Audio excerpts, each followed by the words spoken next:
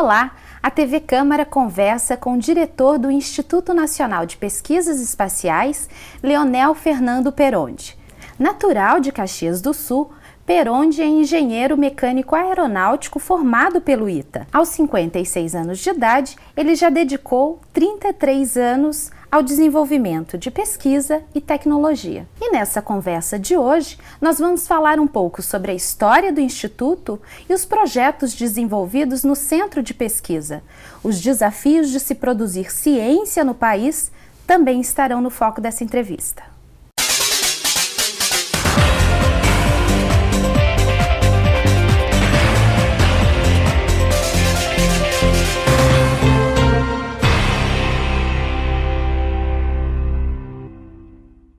Peronde, no ano de criação do INPE, qual foi a primeira linha de pesquisa e por que se optou por esse tipo de estudo? O INPE ele foi estabelecido em 1961, né, dentro de uma iniciativa aí do país na área espacial. Né? Nós estávamos aí no final dos anos 50, no pós-guerra, né, onde houve esforços, né, de vários países em desenvolver a tecnologia para o acesso ao espaço. Por exemplo, em 1958, né, foi a NASA. Ela foi criada como uma entidade civil, né, voltada para o acesso ao espaço, né, numa iniciativa dos Estados Unidos. E no Brasil, em 61, então, já havia a previsão de que em 1965, né, seria inaugurado o Centro de Lançamento de Barreira do Inferno em Natal.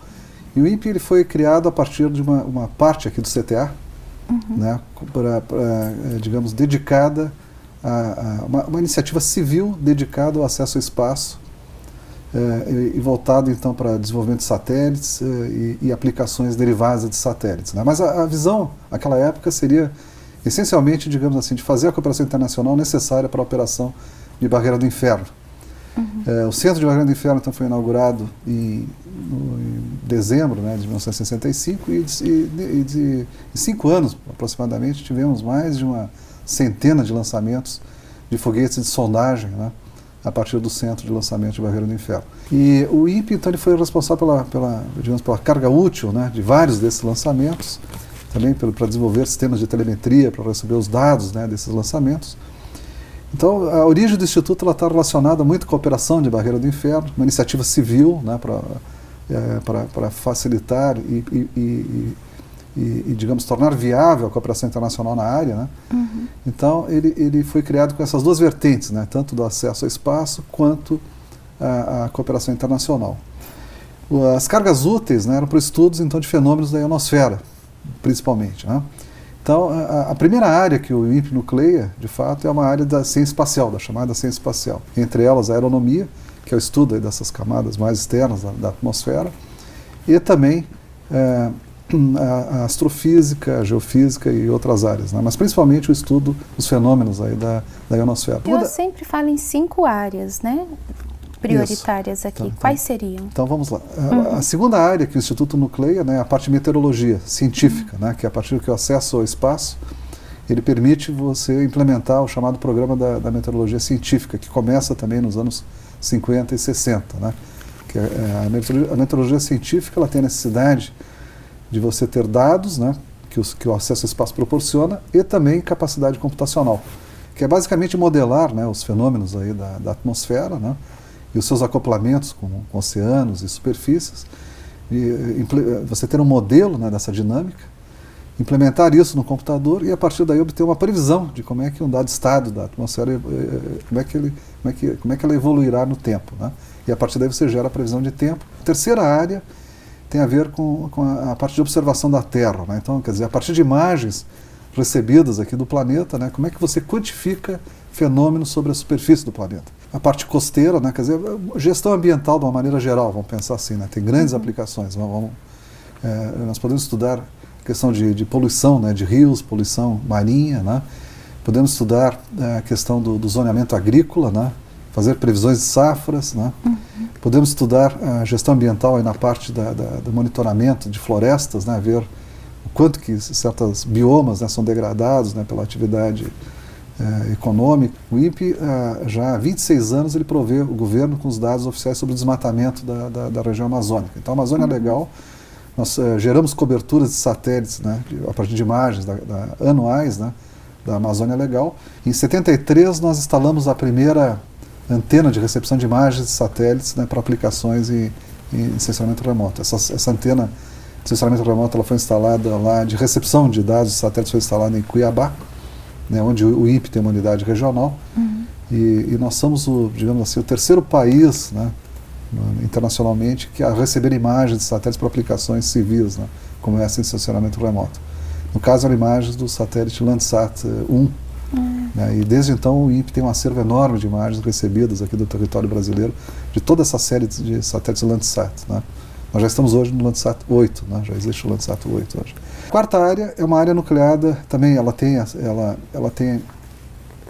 a ver com acesso ao espaço, né, modelar a atividade antrópica e os seus impactos, né, sobre futuros, né, sobre diversos aspectos aí da vida. Né. Então, essa área ela foi estabelecida no Instituto em 2009 e ela está muito dedicada, né, ao estudo de mudanças climáticas. Né.